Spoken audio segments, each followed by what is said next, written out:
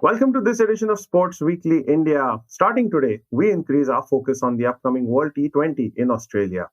The Indian team has already arrived and has been welcomed with cold temperatures in Perth. While the team figures a way to acclimatize to these conditions, there are bigger problems that the management needs to fix. We also have a roundup of all the major sporting action from around the world, including the EPL, Max Verstappen winning his second F1 championship, and much more. Joining me as always are RK and Ayaz Memon. Welcome to the show, gents. Thank you, Aditya. Great to be here. Awesome. Before we start off, here are some news that are making the headlines. Cristiano Ronaldo has finally scored his 700th club goal, and it was a winning goal for Manchester United against Everton. I can just see the smile on RK's face here. After all the IIFF saga banning India and the subsequent resolution of that, the FIFA Women's Under-17 World Cup finally kicks off in India this week. The Indian team is grouped with Brazil, Morocco, and the United States. And while there is very little expected of this team, just the experience should do them very well. Taylor Fritz will break into the top 10 men's rankings with his title win over compatriot Francis Tiafoe in Tokyo. Meanwhile, Novak Djokovic continues to rack up the titles with another win over Stefanos Tsitsipas in Astana. With that wrap, we move on to our big focus, the World T20 in Australia.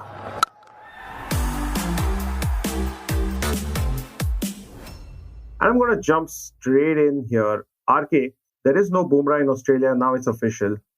What is the right combination for India? Well, first things first, I think the replacement needs to be named. I think India has effectively gone with a 14-member squad. I know there are net bowlers, so who's that replacement? That is yet to be known. We've seen what India possibly wants as a replacement from the series that is currently happening, the one-day international series. I know it's a one-dayer, but I think India has been constantly looking out for somebody who can hit the deck hard, which is why they've tried to go back to an Avesh Khan, which is why they have tried to play Siraj a bit more. But there is still no confirmation yet. You would expect Mohammad Shami probably to replace Bumrah in that squad. He's in NCA because Deepak Chahar is out with a bit of a back issue, which means Mohammad Shami is going to be there. Now, all said and done, I think, assume we've got what we have at the moment. The combination is going to be Bhuvaneshwar Kumar, Arshdeep, Harshal Patel, and Hardik Pandya. That is where, I mean, if you're looking Hardik as your fourth seamer, which I think they would possibly. Now, who's going to be included on the basis of that? How many games is he going to get? Because I thought if Shami had been fit, he would have played these one-day internationals. So he's effectively going there without too many overs under his belt. So that is why I'm a bit skeptical to name the replacement players straight away in the playing 11. I know you've got a couple of warm-up games, and then you've got these two games on the 17th and the 19th before the big one against Pakistan on the 23rd. But Ayaz, India's bowling is the biggest concern here. I mean, the last two T20 games against South Africa, the bowling side rather conceded 200 twice. Is there a bowler who can control the opposition batting, or is this going to be a team that is just hoping that the batsman can see them over the line? Well, right now it seems that whichever bowler can control or contain opposing teams to under 200 is not in the squad, because we've seen what's been happening in the matches being played at home. Frankly, the ODI series against South Africa seems to me to be, it's a fairly redundant exercise. You know, the idea was to try and get a replacement for Bumrah or find somebody who can replace Bumrah. Those are not easy boots to fill. But that has also been kind of, gone out of whack with Chahar breaking down and also Shami, not recovering from COVID. So you've got Siraj, you've got Avesh Khan, you've got Shardul Thakur possibly as a prospect also. But it does seem to me that India's bowling is looking very vulnerable. And it's not just on the pace front. I mean, that's the critical aspect, yes. But also remember, there's no Ravindra Jadeja in the squad. So Ravindra Jadeja and Bumrah would have been surely in the playing 11 and surely bowling 8 overs out of 20. Now their 8 overs have to be distributed amongst the other bowlers. And which bowlers? Because both Harshal and Bhuvaneshwar have been getting a lot of stick in recent games, especially in the death overs. So these are all, problems for India multiplying into getting the playing 11. And if you get the playing 11, who do you bowl where is becoming an issue. Akshar Patel has been a very fine replacement for Jadeja. But let's face it, he's not Jadeja because of the lack of international experience. And also, Bumrah was an ace bowler Or just the fielding. and the batting also. So I think that it's a fairly precarious situation for India heading into the World Cup, if you ask me. Absolutely. And like you said, the whole South Africa series has been a fairly redundant exercise. Small sort of silver linings. Ishan Kishan, Shreyas Iyer, Mohammad Siraj reinforcing the fact that he is probably someone who should already have been on that plane to Australia. Okay, the South Africa series quite redundant, but a couple of silver linings there. Mohammad Siraj proving that he is definitely one for the future. Ishan Kishan showing his mettle, and Shreyas Iyer finally finding some form and a few runs. Do you think these are three players who should be top of the list in amongst the backups, and should they have already been in Australia? Well, out of the three that you mentioned, Shreyas Iyer is definitely on the standby list. That is what has been announced. So you would expect that, point number one. Secondly, when you talk about Ishan Kishan, to be fair, I think Ishan Kishan was right in the run up to this World Cup. There were times when he opened the innings, there were times when he's batted in the middle order. There was right after the IPL. So he was given considerable amount of time. So I don't think at that point in time he impressed the management enough to be a part of the core group. So that's point number two. And thirdly, with respect to Mohammad Siraj, I think again he's been to Australia. He's obviously played a very different format, yes. And as we did speak before, they are still looking for that hit the deck bowler. They are looking for somebody who can bowl with a bit more pace. The reason why I think it's also happening is because you look at every one of those warm up games that is happening in Australia. There are bowlers with good pace from England, from Australia, from Pakistan. Of course, Pakistan is playing in New Zealand, yes. And they're able to hit the deck a lot more. And there's that extra bounce that you're straight away seeing.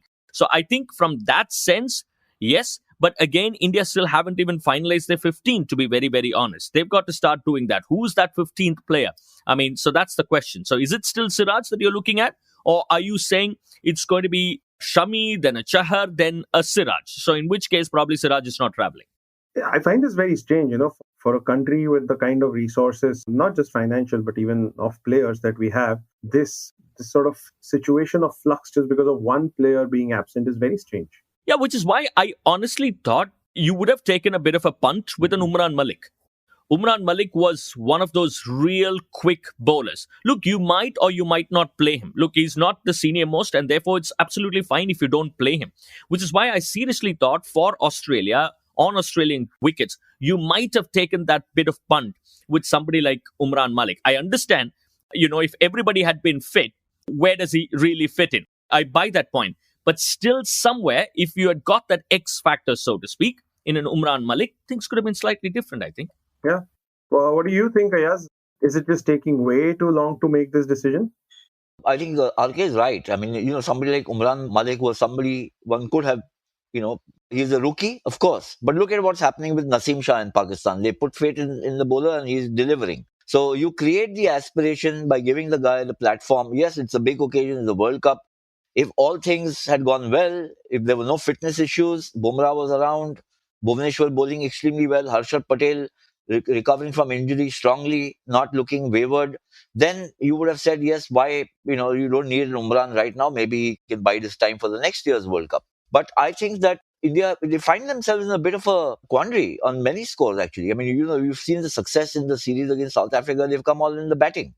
There's Ishan Kishan making runs, Shreyas Iyer making runs. It's not in the bowling.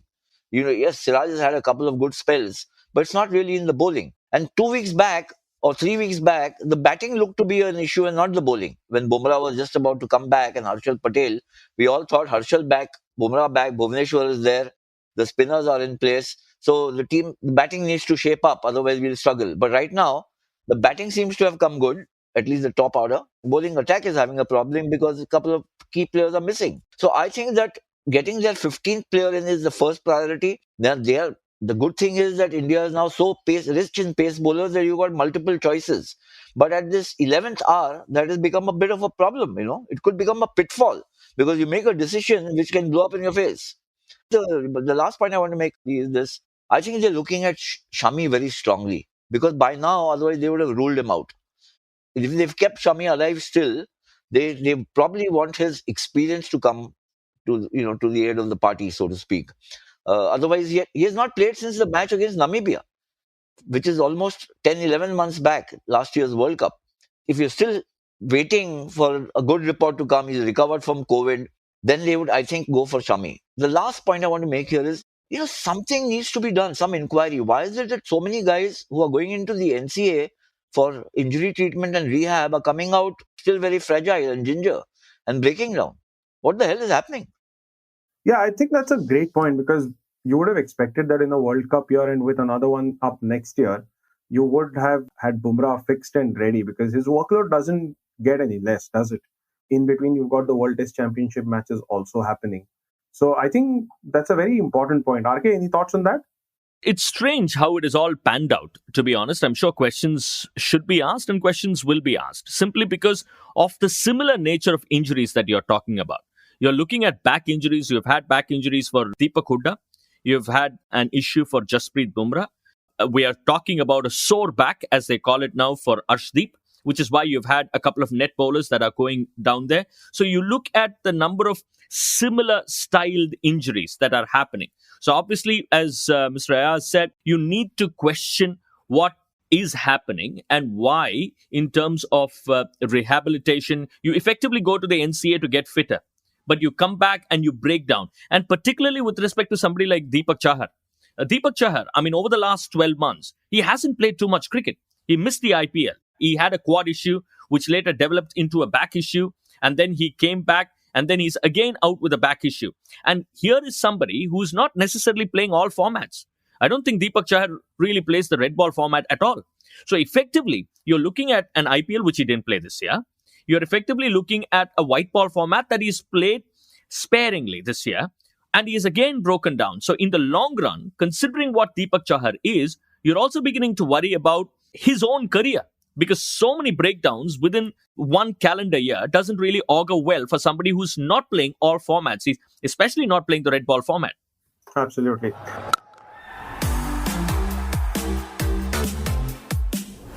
Well, let's hope that both of these issues are addressed appropriately.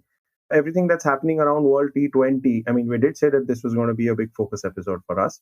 New Zealand, Pakistan, Bangladesh engaged in a three-way scrap. As you'd expect, Bangladesh is at the bottom of the heap. I really have nothing more to add to that. But Pakistan has had a couple of wins, and they really, really are looking like a team on a mission. Ayaz, what's the most exciting part about this Pakistan team, you think? Well, I mean, Pakistan teams are generally known to be very unpredictable. So I don't think that is a virtue right now. They're not unpredictable. In fact, they're becoming quite predictable, if you ask me. You're calling a Pakistan team boringly consistent and likely to win? No, not boringly. I think in a good way they're becoming predictable for the fact, for instance, they've got Babar Azam and Mohammad Rizwan, the openers, in fantastic form. For some time you saw one or the other performing, not both. Now it seems that both have found their or got into their groove, which is great for them. Their bowling attack is coming along well. I think they still want to see the best of Shaheen Shah Afridi because he's the spirit of the attack. I think they were lacking some kind of heft in the middle order, which they seem to have suddenly found. It's premature to say in two matches everything has worked out well. But they've got the batting order kind of changed. They've rejigged the batting order from number 3, 4, 5, 6.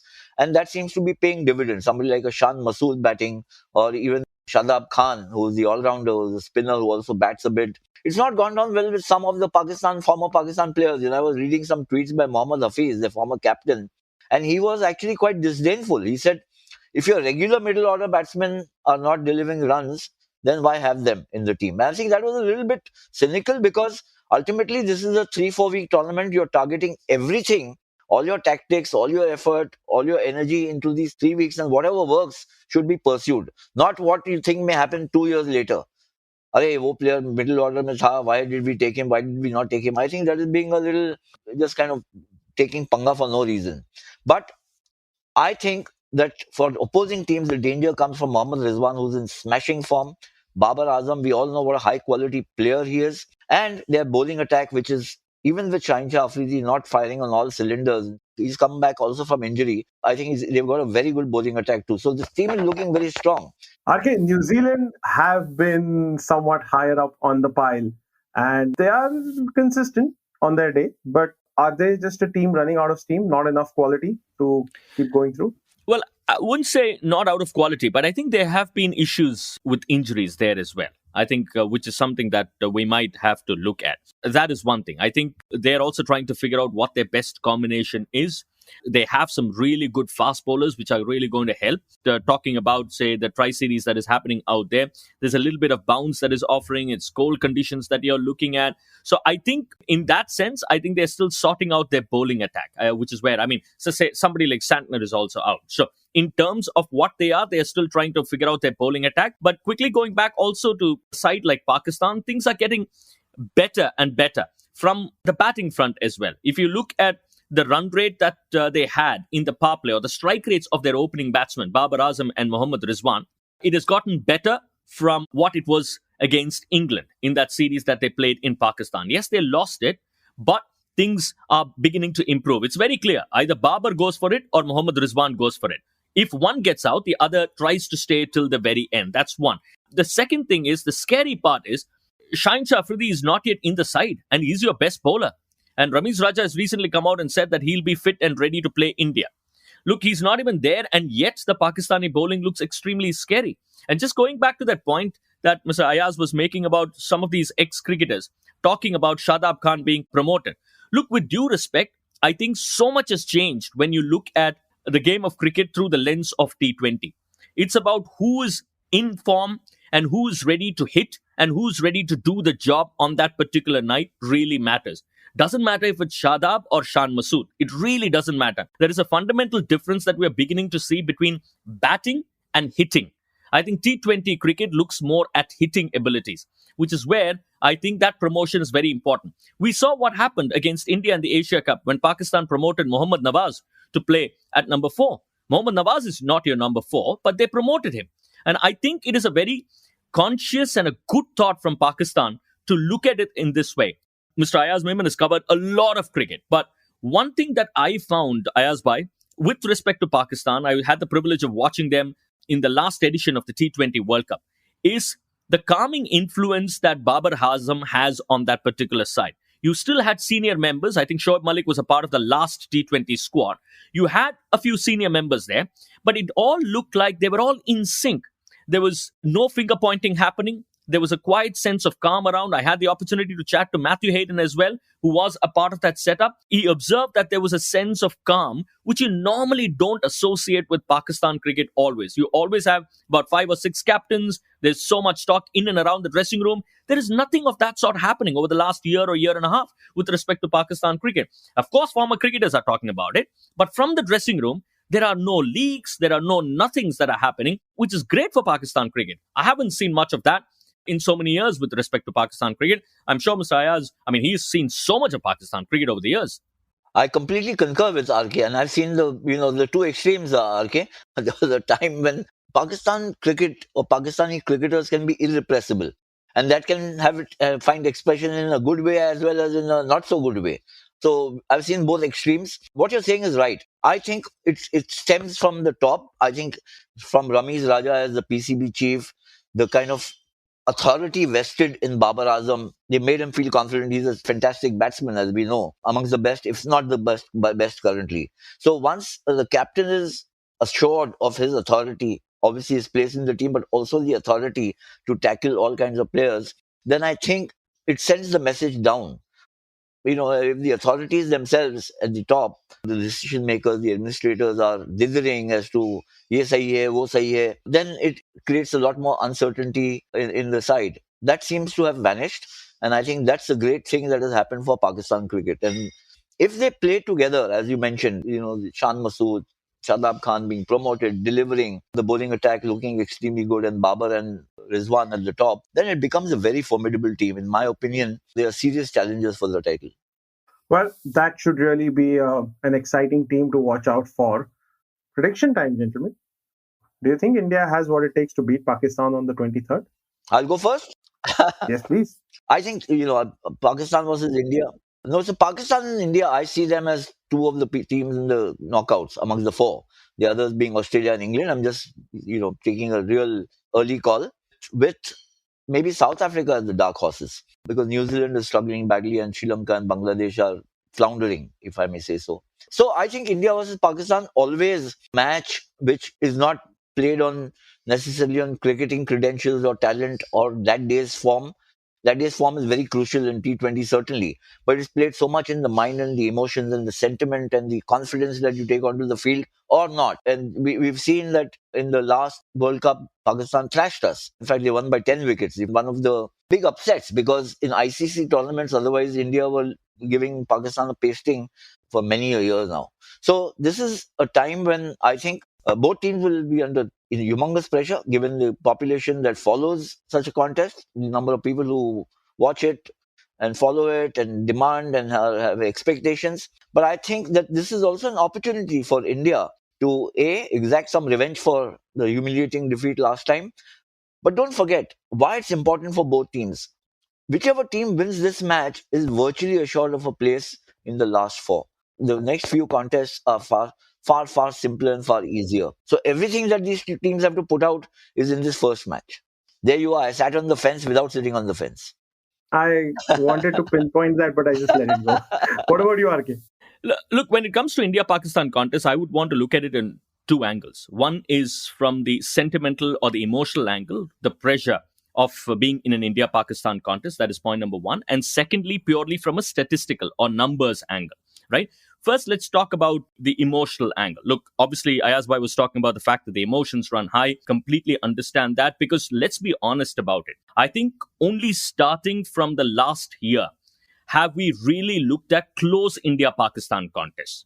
Because I think there was a considerable period of time when India went in with the tag of being the favorites. All emotions aside, India, purely in terms of the strength that they had on international cricket, India almost every time went in to this contest as favorites. And I love saying this because I've grown up thinking only Pakistan will win. Because watching cricket in the 80s or the 90s, you almost believed every time there was a contest between India and Pakistan, you were led to believe it'll only be Pakistan. And therefore, it's good to be around the time when India actually went in as favorites. But things have begun to change since the start of the last edition of the T20 World Cup. Therefore, obviously, who handles pressure on the day will win. So that is one part of it. Secondly, purely from a numbers perspective, what has India done? And what is India being able to do differently with respect to what India was? Over the last 1 year, post the last edition of the World Cup, India scores at almost 10 and over, irrespective of what happens. Even if you are bowled out in 17 overs, they still manage to score about 170, 175. Now, what has Pakistan been able to do? Pakistan is normally in that area of about 165 to 175. And Pakistan likes chasing, because then a Mohammad Rizwan and a Babar Azam are able to control games. Now, if we are able to look at situations and go to a situation where you are putting those extra 20 runs, which should be fairly okay. I know Pakistani bowling is very tough to handle, too hot to handle. But given the kind of form that Indian batters are in, the top five can give you about 200. Then you're putting serious pressure on that Pakistani batting order. That's the one way that you can go ahead and win a game of cricket. So I think that's how I would look at it from a numbers perspective, really. Okay, so what you're saying is you want the Indian batters to score 200 plus against a very potent Pakistan attack, and at the same time a weak Indian bowling to hopefully defend that.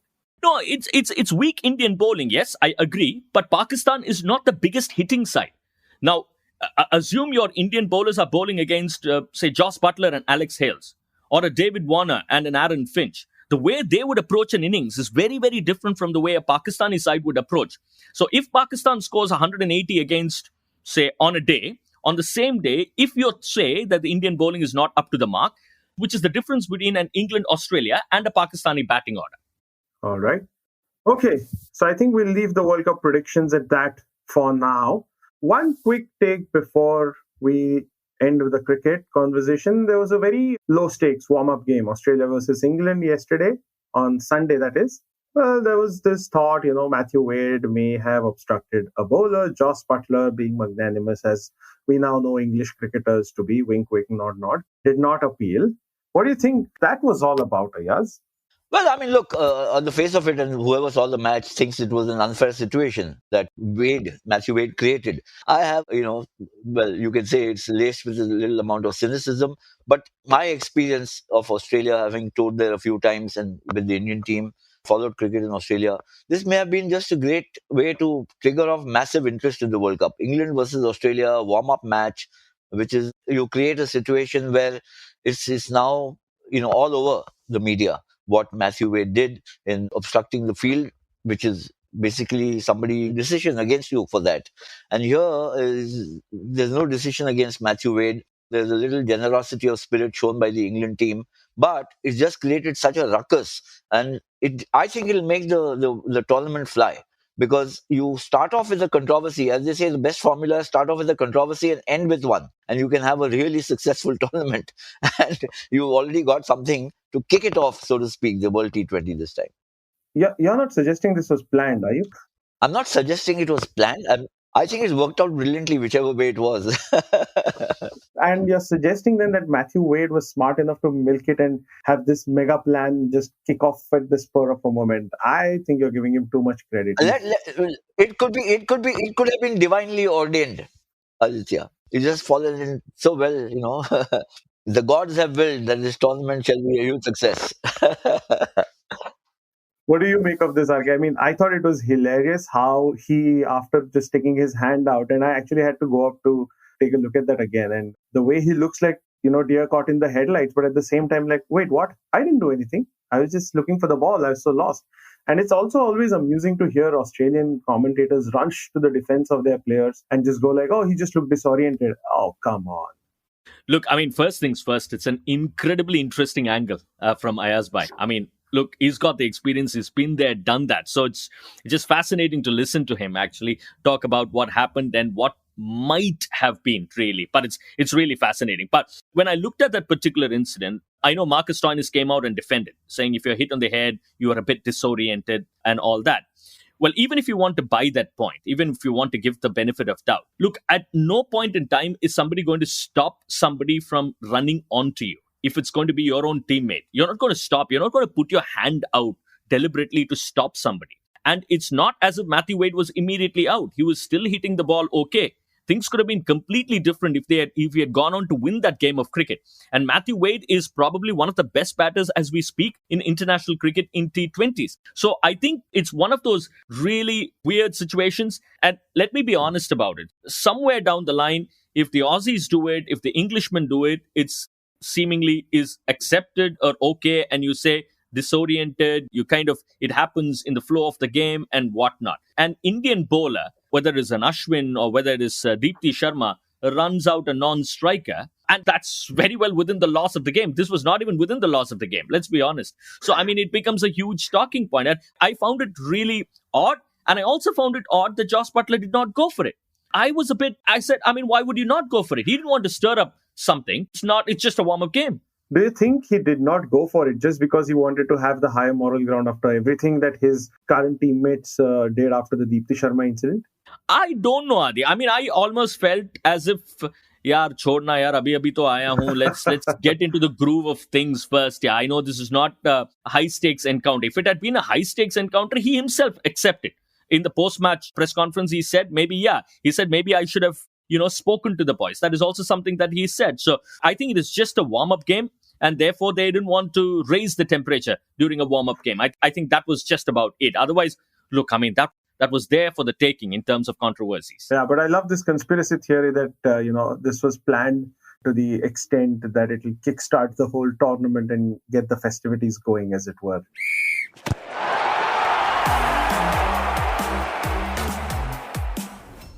Moving on to other sporting action, the EPL has completed about a fourth of its season, and I think it really, really does look like it's Arsenal's year. They have successfully beaten Liverpool, although there was a bit of a question mark about the penalty which allowed Arsenal to win it. Nonetheless, they deserved it. And this coming from a Liverpool fan, by the way. RK we know, is very happy with Manchester United's performance. RK, quick thoughts over the weekend's action? I think you spoke about that penalty incident, just beginning with that. If that was okay, I saw that goal that Marcus Rashford scored against Everton. I mean, that was overruled. I simply did not understand why that was overruled. But having said that, let's just get back to, obviously, those games. Arsenal are looking very, very good.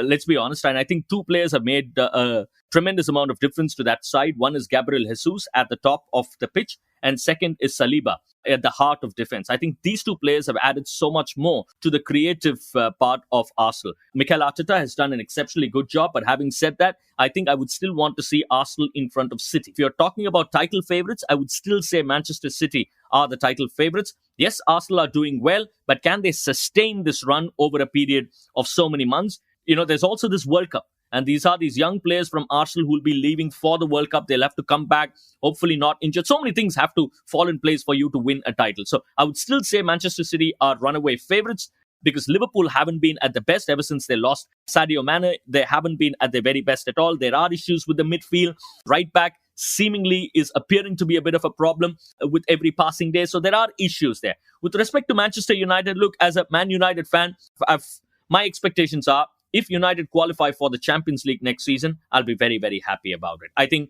let's not kid ourselves, Manchester City, as Erik ten Hag quite rightly said, gave United a reality check by scoring 6 goals.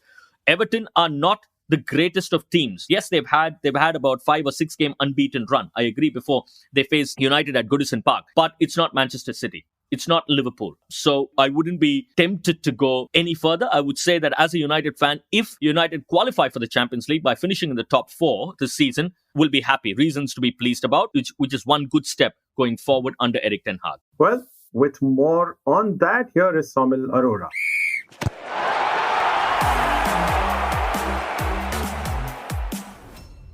Thanks, guys. And now in the world of football, with Arsenal, we should start because in the world of football, everyone's just been asking the same question since the season began.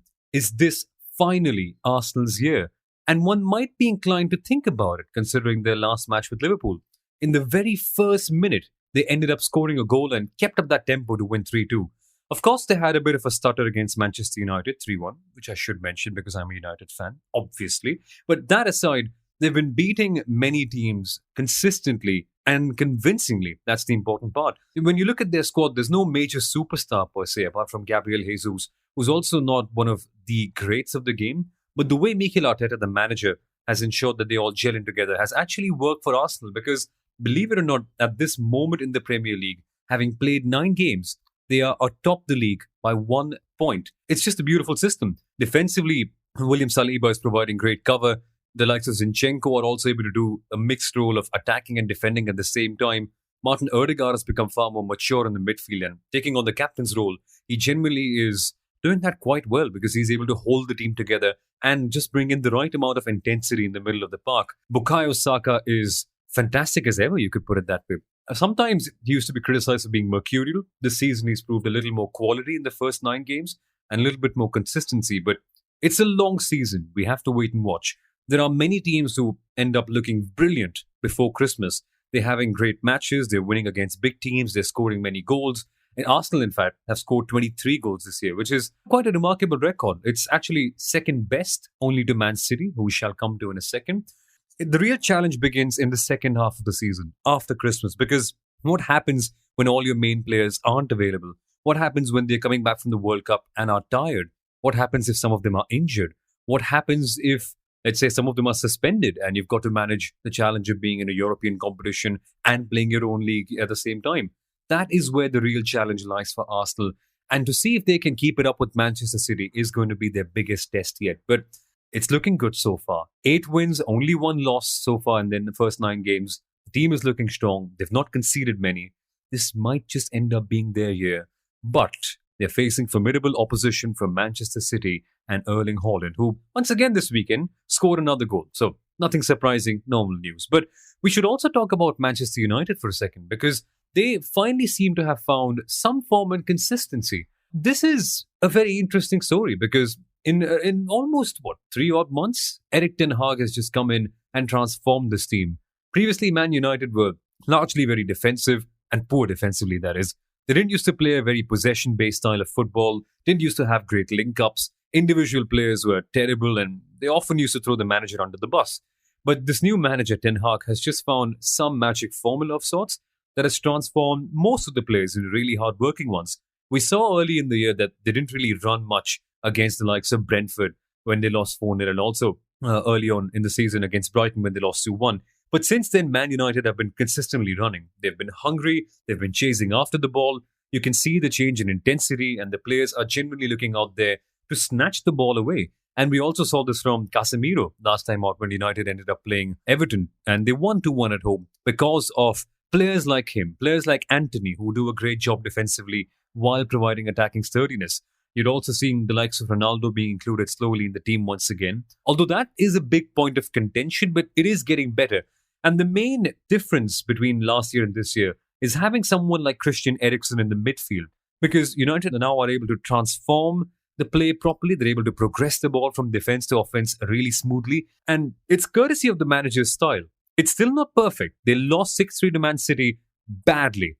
But that was only a blip, it seems. After that Everton win, there seems to be a little bit more hope, a little bit more consistency. And it is indeed a work in progress, but Man United seem to be on the right track.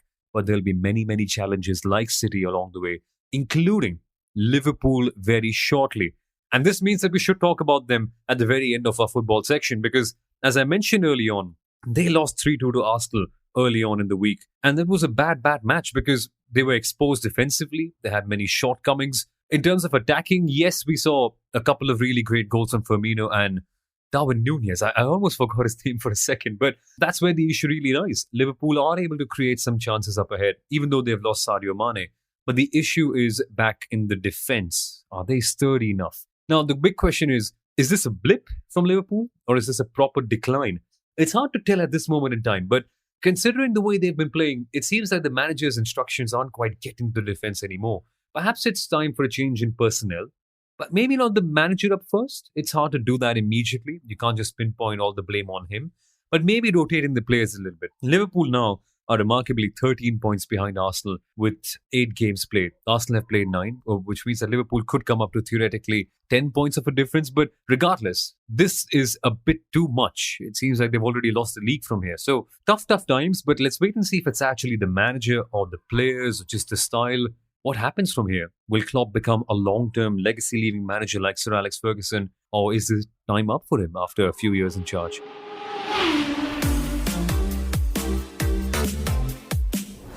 A quick wrap on the F1 as well coming up from Soumil. We have a new world champion, or we have a second-time world champion really in Max Verstappen. Take it away, Soumil. I don't know what to call this Japanese GP in Formula One.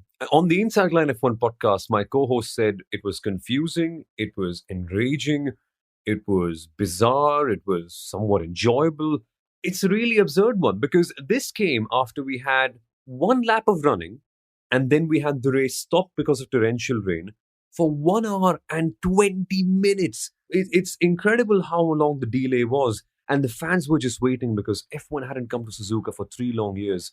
And eventually, when the racing got going, really randomly, I must say, it didn't really seem like much had changed. Barring a little bit of the visibility, the race was just absolute pandemonium all the way. 28 laps were clocked in. Verstappen won by a margin of 27 seconds. That's nearly a second per lap. Can you believe that in the wet?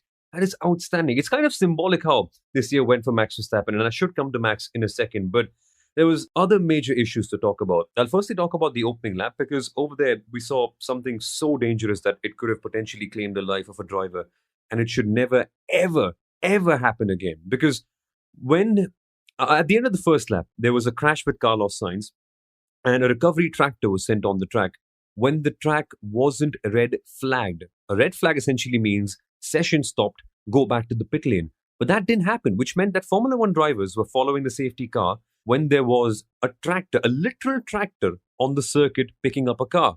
Now, in 2014, Jules Bianchi unfortunately lost his life at this very circuit, at this very Grand Prix, because his car unfortunately slid under a recovery vehicle tractor when the visibility was poor. Pierre Gasly, one of Jules Bianchi's protégés of sorts, was going past a corner at a very high speed when he noticed a tractor next to him. Imagine if he had gone under. Luckily, he did not, which is incredible, but he was enraged. He was fuming. All the drivers have been fuming. Jules Bianchi's father has been fuming that this cannot be allowed to happen. Of course, Gasly was given a speeding penalty because he unfortunately had an incident earlier in the lap, so he had to catch up, and he was going, unfortunately, too quickly. And at that speed, it was too dangerous, according to the governing body of the sport. But regardless, there should never be a tractor on the circuit. And that's one scary thing that we saw from today. But after the delay, after the hour and 20-minute long delay, when the race got restarted, We saw Charles Leclerc keeping on with Max for 1 second, and then he fell back 1 second per lap, as I mentioned early on. And at the end of the day, the way the race ended was really superb because we saw three tremendous battles. Firstly, Esteban Ocon versus Lewis Hamilton that lasted for literally 40 minutes for P4. And Lewis Hamilton just wasn't able to get past Esteban Ocon in the Renault, in the Alpine, actually. And that was tricky. Then we saw Fernando Alonso and Sebastian Vettel going side by side and literally finishing like one of those Cars movie finishes. Have you seen them? Where one driver has their tongue out and that's how they win. It was that close with Sebastian Vettel edging Alonso out for P6 in the race. Crazy. And by the way, the TV broadcasters did not show that. Can you believe it? But they also didn't show Max Verstappen celebrating his win because at the end of the day, there was an amazing battle between Sergio Perez and Charles Leclerc for second place, where Perez was pressurizing Leclerc. Leclerc made a mistake, got a 5-second penalty after the race, and he won second place on track but got a penalty later on. And in the midst of that battle, the F1 TV director forgot to show Max Verstappen taking the checkered flag. And the direction was so shoddy that Max Verstappen was just randomly announced as the world champion in the middle of a interview just by Johnny Herbert, one of the Formula One broadcasters. He said, "Oh, Max, you're world champion." No fireworks, no pyro, no celebrating of the moment. It just didn't feel weighted enough. What a bizarre weekend. Plus, there was also confusion about whether Max should get full points or not because this race only lasted 40 minutes instead of the usual 2 hours. There's a big kerfuffle that if I explain to you right now, I think you'll probably get too confused about it. But essentially, the governing body created a rule and regulation to give teams only limited points for races that don't run the full distance. But they created a loophole of sorts that they exploited in this race, and they weren't aware of this loophole in the first place. So confusing all around this weekend, bizarre, but considering the racing action, extremely fun. And as F1 declared it in a very nonchalant way, I'm going to do so as well. Max Verstappen is your new world champion. What a year, what a driver. I think we should discuss more about him in the end of season review, but all you need to know is that if he can win by 27 seconds in a 28-lap race, I think he deserves to be a world champion, doesn't he?